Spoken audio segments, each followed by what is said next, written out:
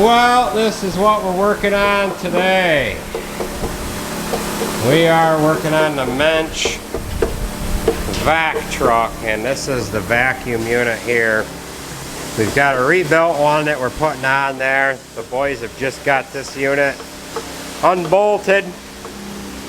Now what we're doing is removing we got to remove the hydraulic coupler off in there. And there is the hydraulic motor that runs the vac unit, and then we clean a couple of the barns with this unit. Travis is getting a swing boom going on truck 12. They put the tank on yesterday, and we're going to get some things switched here. Then we're going to roll in the rebuilt vac unit.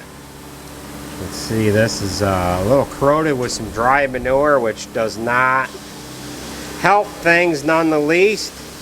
Jason's cleaning up the inside of that unit there. It creates a vacuum, pushes the vacuum up into the tank, and then it sucks the manure up through the scrapers itself. Alright, here is the rebuilt unit here. Now this one was on the machine when we bought the machine. Then it wore out and I had to buy a new one. Just so that we keep using the machine. And this cost right around $6 grand to get this one rebuilt. They put all new bearings in it and everything. A new one is like, I don't know, it's a stupid amount of money, like 12 grand or something if I remember right. But this does all the work. So we just got to get our pulley coupler on there. Actually, it's not a pulley coupler. It's that assembly there. It almost looks like a tire, and it's got rubber. It's got a rubber cushion to it so that if something happens, if this thing locks up, it can just shear that rubber off, and it won't torque on the hydraulic pump there too much. So we just got to get the coupler on there. Got some brackets to put on there, and then we'll put the hydraulic drive unit itself on, and then we can push it into the machine, bolt them 8 or 10, 12 bolts up around on the front of the vacuum unit, and then this here that's on the back part bolts onto the back part. So Jason's just cleaning all the dry manure out of it here, and momentarily we'll be able to put that on there. So yeah, right there. Now just back up. okay, the boys are getting the vacuum unit into place on this guy, and then they've got a bunch of them. They are a pain. There ain't much room to get them bolts in, and they're getting everything lined up here. And Travis had to change a swing boom motor on this Diller tanker.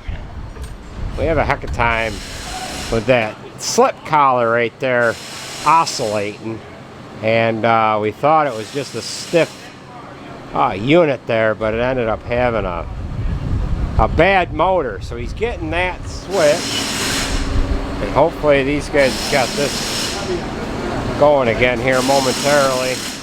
Might be easier to lift it up with a bar. Do you want to just set it, have it come in while we need it, lift up with a bar? Yeah, lift up with a bar. Okay, yeah, just come on in a little more with that, Tim. And boys are also working on doing an oil change and a service on this Kubota skid steer. They're going to roll it outside and wash it. They're just getting done now rotating the tires.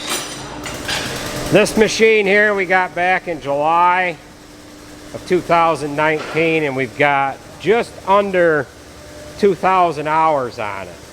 We've got quite a bit of cleanup to do to it. We've got a problem with the fuel cap on this. We don't know if an O-ring belongs in there or not, but it leaks fuel out. And it's got the whole back of the machine here all gummed up. So they're gonna get after washing that. This is not really a review on this machine, but it's been decent. So just shy of 2,000 hours, year old. Yeah, it's 13 months old, so it's been pretty good. So we're doing brakes. Get it in neutral. Doing brakes on.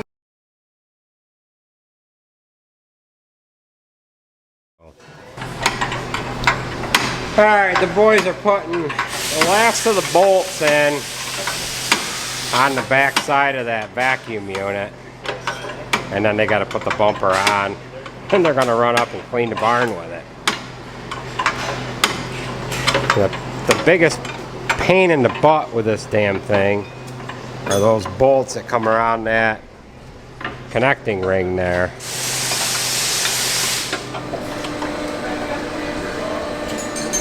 Alright, the boys are putting the last few touches on right now. This job is a pain in the butt. It wasn't even easier this time since we've done it before. You know? Got done a lot quicker though. Yeah.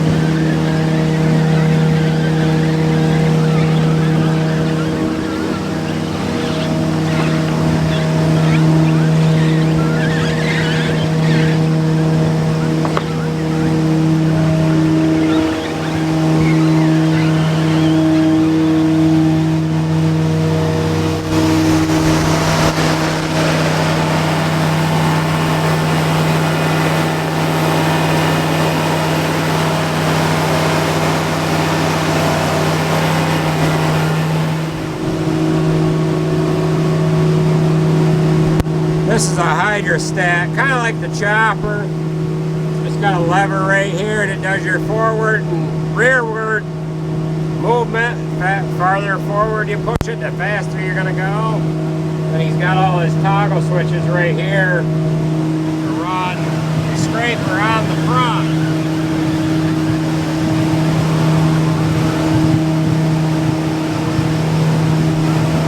What do you think of it so far? Something a lot better. Yeah?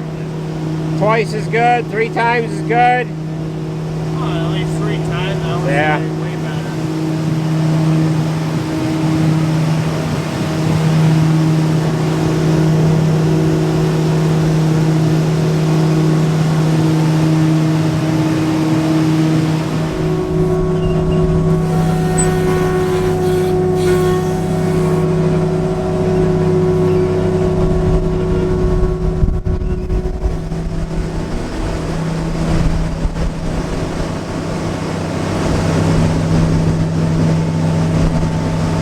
So that he doesn't push the manure right outside, he only pushes so far. And he turns around and comes back in and grabs this little bit here.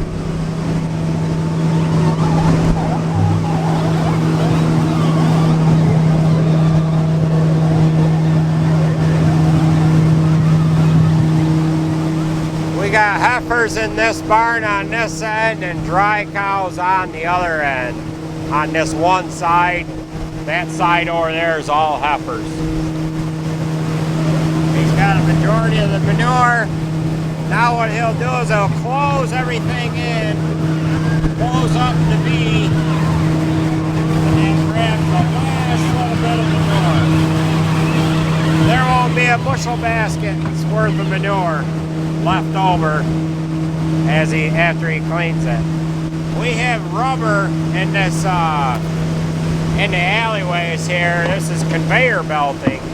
It's 1 inch thick, and we have it on the feed alley sections and on the stall sections. That's all there is for manure, just a little bit of a bushel basket's worth of manure left over. Now they're letting the heifers back into the feed alley side here now.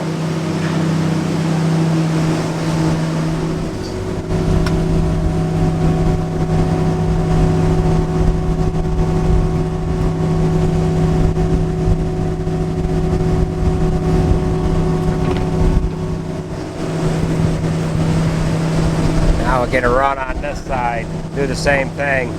Down through, get outside, turn around, come back in, clean the last little bit.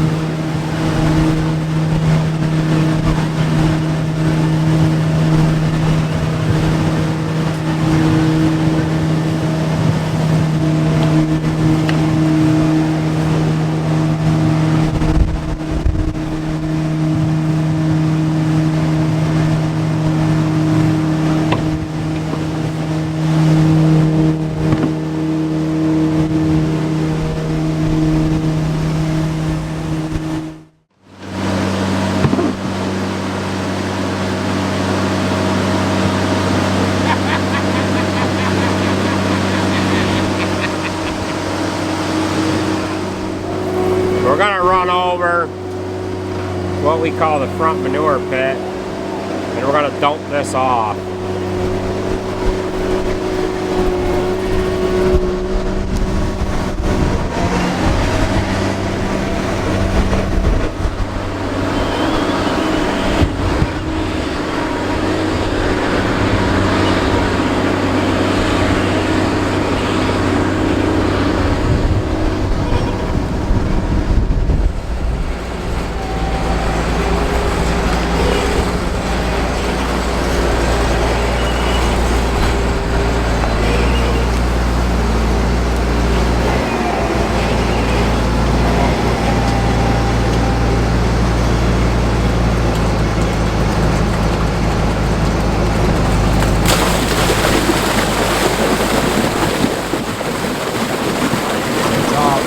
Unload, and there's an auger in there too.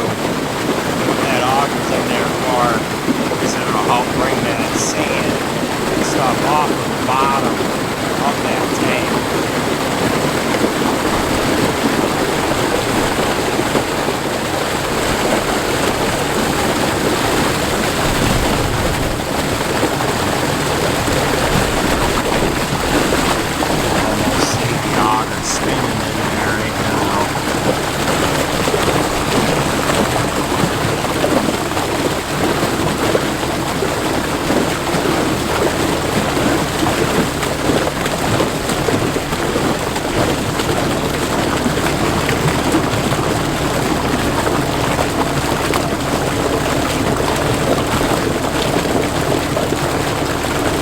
always dump it into this area because we're on a little bit of a downward slope here.